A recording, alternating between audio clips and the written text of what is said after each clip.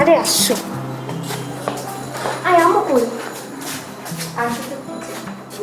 আমু রাখো, এই তুমি বসো,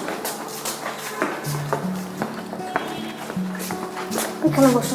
আয় আমুকে ডাকো না।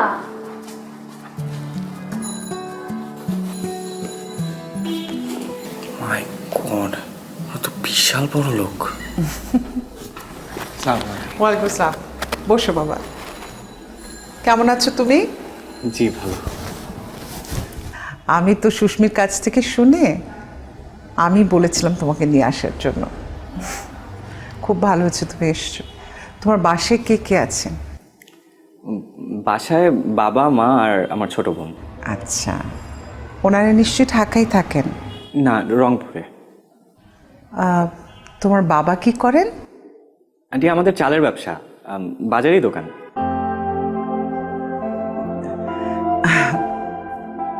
চালের ব্যবসা, তাহলে চাল সম্পর্কে আইডিয়া তোমার কাছ থেকে পেতে পারি, তাই না? জি আন্টি। সুমি, নাস্তাটা নিয়ে আসো বাবা।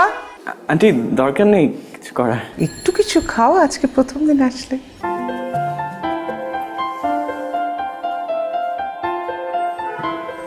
খাও রিমান। ঠিক এত কিছু? এত কিচ্ছু না, এটা সিম্পল। খাও খাও, তুমি খাবে? আমি বড় খাবো, তুমি খাও না। ওর আমি সাথে একটা খাও বিস্কিট খাই। প্লিজ। খাও, আমি বরং যাই, তোমরা কথা বলো।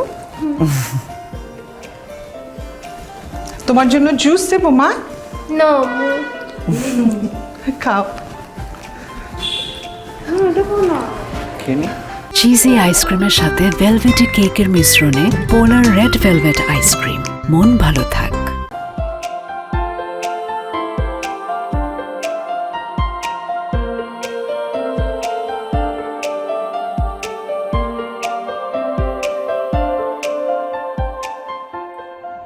সুস্মি, তোমাকে একটা কথা বলবো মা। বলো।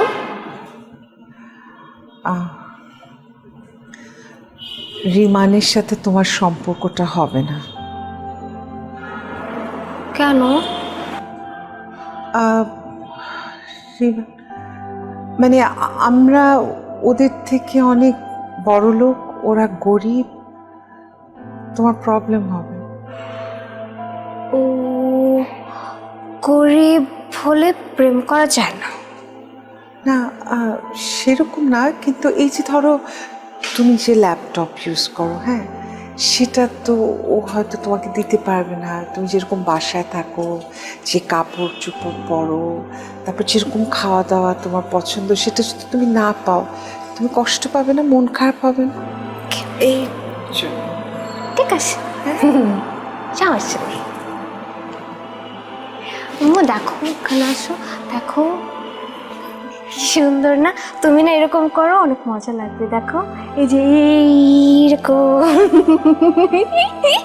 করো না, মজা লাগবে। এইরকম আর হয়েছে এইরকম।